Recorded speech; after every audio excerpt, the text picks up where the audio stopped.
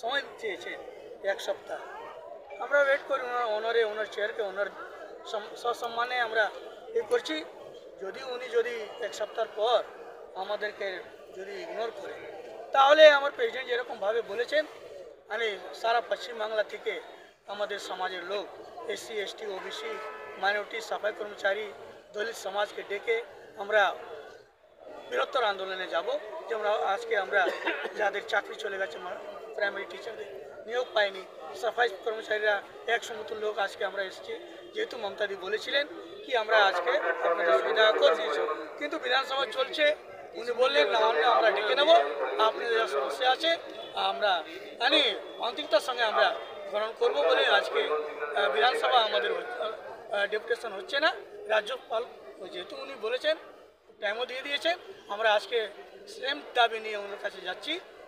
কতজন যাচ্ছেন, কতজন প্রতিনিধি যাচ্ছেন আজকে আপনারা? 7 জন ডেলিগেট আমরা, যেহেতু উনি 7 জন এলাভ করেছেন আর কি। আমরা তো প্রায় 200 মতন লোক আজকে এসছি আর কি। তারা কি এখানে থাকবেন না? ওরা এখানে থাকবো, আমরা সব এখানে থাকবে, এখানে থাকবে। বিধানসভা ডাক দিয়েছিলেন।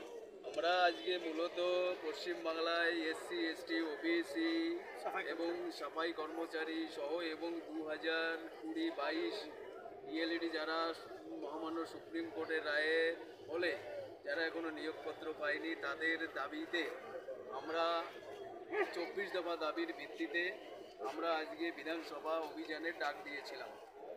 তো আমরা যেহেতু সম্প্রতি মহেশতলার মতো একটা ঘটনা ঘটেছে এবং বিধানসভা অধিবেশন চলছে, সেই কারণে আমরা আমাদের এই যে অভিযান মানে মিছিল, প্রশাসনের সহযোগিতায় প্রশাসন আমাদের কাছে আবেদন রেখেছিলেন যে মিছিলটা যাতে আমরা না করি, ফলে আমরা মিছিল করছি না। আমাদের একটা ডেলিগেট, 7 জনের একটা ডেলিগেট আমরা মাননীয় রাজ্যপাল মহোদয়ার মাধ্যমে ভারতের রাষ্ট্রপতি মহোদয়া, ভারতের মহামহিম প্রধানমন্ত্রী এবং স্বরাষ্ট্রমন্ত্রী মহোদয়কে আমরা আমাদের ডেলিগেট স্মারকলিপি প্রদান করবেন।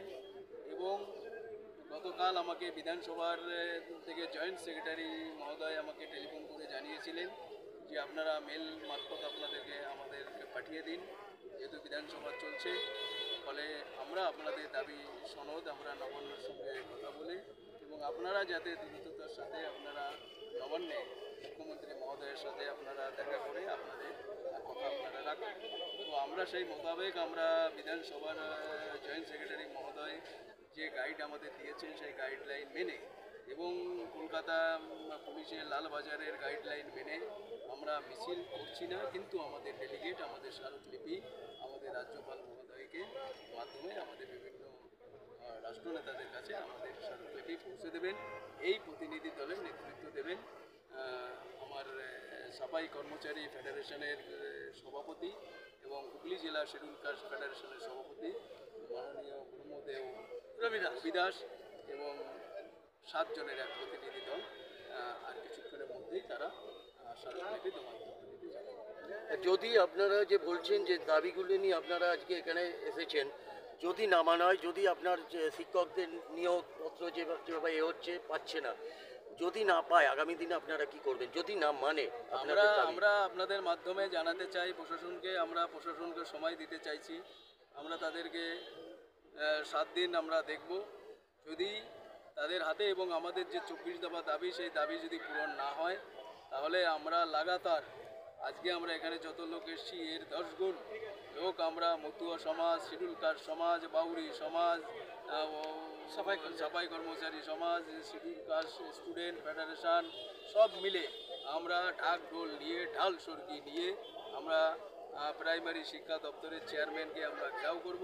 যতক্ষণ না তারা নিয়োগ হাতে পাবে ততক্ষণ আমাদের এই ঘেরাও কর্মসূচি চলবে।